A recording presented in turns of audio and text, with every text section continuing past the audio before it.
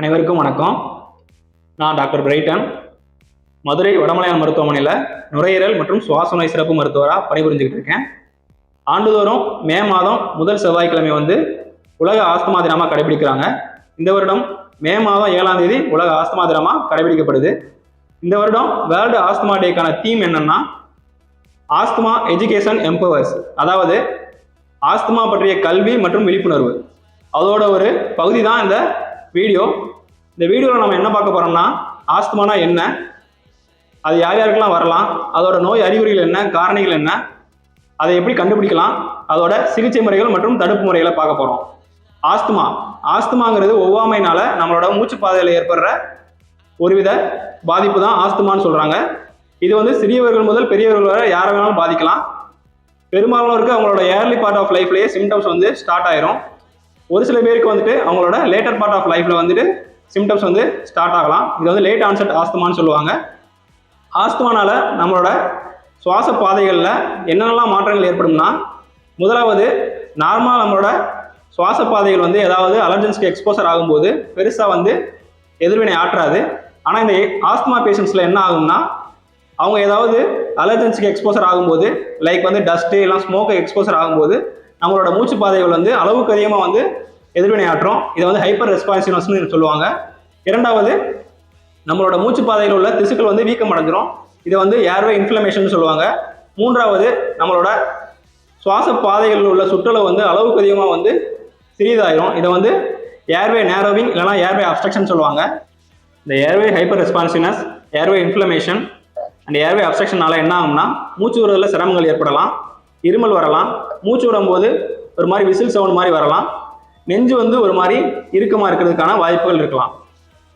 யூஸ்வலாக இந்த bronchial asthma இதர அலர்ஜிக் வியாதிகளோட சேர்ந்து வரலாம். அதாவது அலர்ஜிக் ரைனைட்டிஸ் இல்லைனா அலர்ஜிக் டெர்மடைட்டிஸ் இதோட சேர்ந்து வரலாம். அவங்களுக்கு அடிக்கடி தும்மல் வர்றது, மூக்குல இருந்து தண்ணி வர்றது, இதெல்லாம் வர்றதுக்கான வாய்ப்புகள் அதிகம். சரி, இந்த ஆஸ்துமா எதனால வருது, ஆஸ்துமாக்கான காரணிகள் என்ன?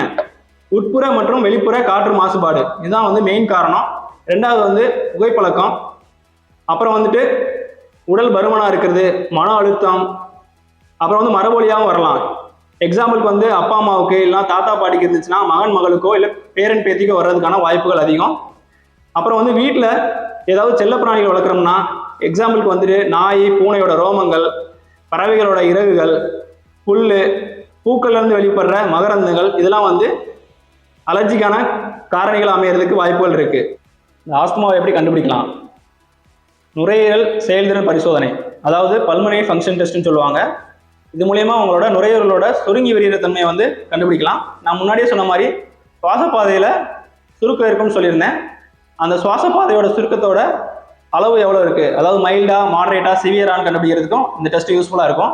இது போக செஸ்ட் எக்ஸ்ரே, அப்புறம் சளியில் இல்லைனா ரத்தத்தில் ஈஸ்ரோஃபில் அளவு எவ்வளோ இருக்குன்னு பார்க்கலாம். இன்னொன்று எந்த அலர்ஜன்ஸ்னால உங்களுக்கு ட்ரிகர் ஆகுதுன்னு கண்டுபிடிக்கிறது ஸ்கின் பிரிக் டெஸ்ட் பண்ணலாம். அது போக நைட்ரிக் ஆக்சைடு எக்ஸ்கிரேஷன் டெஸ்ட், அதாவது ஃபீனோன்னு சொல்லுவாங்க, அந்த டெஸ்ட்டும் யூஸ்ஃபுல்லாக இருக்கும். அடுத்து, ஆஸ்துமாக்கான சிகிச்சை முறைகள்லாம் என்ன? ஆஸ்துமாக்கான சிகிச்சை முறைகளில் இன்னேலர்ஸ் முக்கிய பங்கு வகிக்குது. இன்னேலர்ஸ் தான் சேஃப் அண்ட் எஃபெக்டிவ் மெடிகேஷன்ஸ். இதில் மெயினாக broncho dilators and inhaled corticosteroids use பண்ணுவாங்க. நான் முன்னாடியே சொன்ன மாதிரி ஏர்வே அப்ஸ்ட்ரக்ஷனை ரிலீவ் பண்ணுறதுக்கு பிராங்கோ டைலேட்டர்ஸ் யூஸ் ஆகும். ஏர்வே இன்ஃப்ளமேஷன் இருக்கிறத ரிலீவ் பண்ணுறதுக்கு இன்னேல்டு கார்டிகோஸ்டீராய்ட்ஸ் யூஸ் பண்ணுவாங்க. அது போக உங்களோட மருத்துவர்கள் உங்களை பரிசோதித்து உங்களோட நோயோட தீவிரத்தன்மையை கண்டுபிடிச்சு இந்த இன்னேலர் மருந்தோடு சேர்த்து வாய் வழியாக உட்கொள்கிற மருந்துகளும் சேர்த்து கொடுக்கலாம், ஆன்டி அலர்ஜிக் மெடிகேஷன்ஸும் சேர்த்து கொடுக்கலாம். அடுத்து, இந்த ஆஸ்துமா நோயாளிகள் பின்பற்ற வேண்டிய நடைமுறைகள் என்னென்னது? உங்களோட மருத்துவர்கள் சொல்லக்கூடிய அறிவுரைகளை கரெக்டாக ஃபாலோ பண்ணுங்க. இன்னேலரை தவறாமல் எடுத்துக்கொள்ளுங்க. சீரான இடைவெளியில் தடுப்பூசி போட்டுக்குங்க. எக்ஸாம்பிளுக்கு ஃப்ளூ வேக்சின், நியூமோகாக்கல் வேக்சின் இதெல்லாம் எடுத்துக்குங்க. அடுத்து சரியான உணவு பழக்க வழக்கங்கள், நல்ல உடற்பயிற்சி, மூச்சு பயிற்சி இதெல்லாம் ஃபாலோ பண்ணணும். என்னென்னலாம் அவாய்ட் பண்ணணும்னா, மெயினாக புகைப்பழக்கம் உள்ளவங்க கண்டிப்பாக புகைப்பழக்கத்தை அவாய்ட் பண்ணணும். அது போக உங்களுக்கு என்னென்னலாம் அலர்ஜி ட்ரிகர் ஆகிற மாதிரி இருக்குதோ அதெல்லாம் முடிஞ்ச அளவு கண்டுபிடிச்சு அதெல்லாம் அவாய்ட் பண்ண பார்க்கணும். இந்த அலர்ஜன்ஸுங்கிறது வந்து பர்சன் டு பர்சன் வந்து வேரி ஆகும்.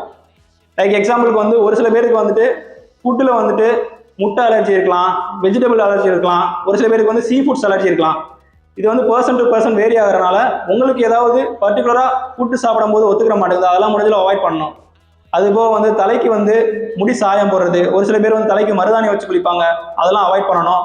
ரொம்ப காட்டமான ஸ்மெல் வர்ற பெர்ஃப்யூம்லாம் யூஸ் பண்ணுறதை அவாய்ட் பண்ணணும். இதெல்லாம் வந்து கடைபிடிச்சிங்கனாலே முடிஞ்சளவு ஆஸ்துமாவிலேருந்து விடுபடலாம். மேலே சொன்ன தகவல்கள் எல்லாம் உங்களுக்கு பயனுள்ளதாக இருக்குன்னு நம்புகிறேன். நான் முன்னாடியே சொன்ன மாதிரி ஆஸ்துமா டயக்னோசிஸ் பண்ணுறதுக்கு பிஎஃப்டி, பீனோ, செஸ்ட் எக்ஸ்ரே இந்த எல்லா டெஸ்ட்டுமே வந்து நம்மளோட வடமலையாள மருத்துவமனையில் அவைலபிளாக இருக்குது. வேணுங்கிறவங்க வந்து பயனடைஞ்சுக்குங்க. நான் முன்னாடியே சொன்ன மாதிரி ஆஸ்துமாக்கான அறிகுறிகள் உங்களுக்கு தென்பட்டுச்சுன்னா அருகில் உள்ள மருத்துவமனையில் போயிட்டு பரிசோதனை செய்து கொள்வது நல்லது. மீண்டும் அடுத்த வீடியோவில் சந்திக்கலாம். நன்றி, வணக்கம்.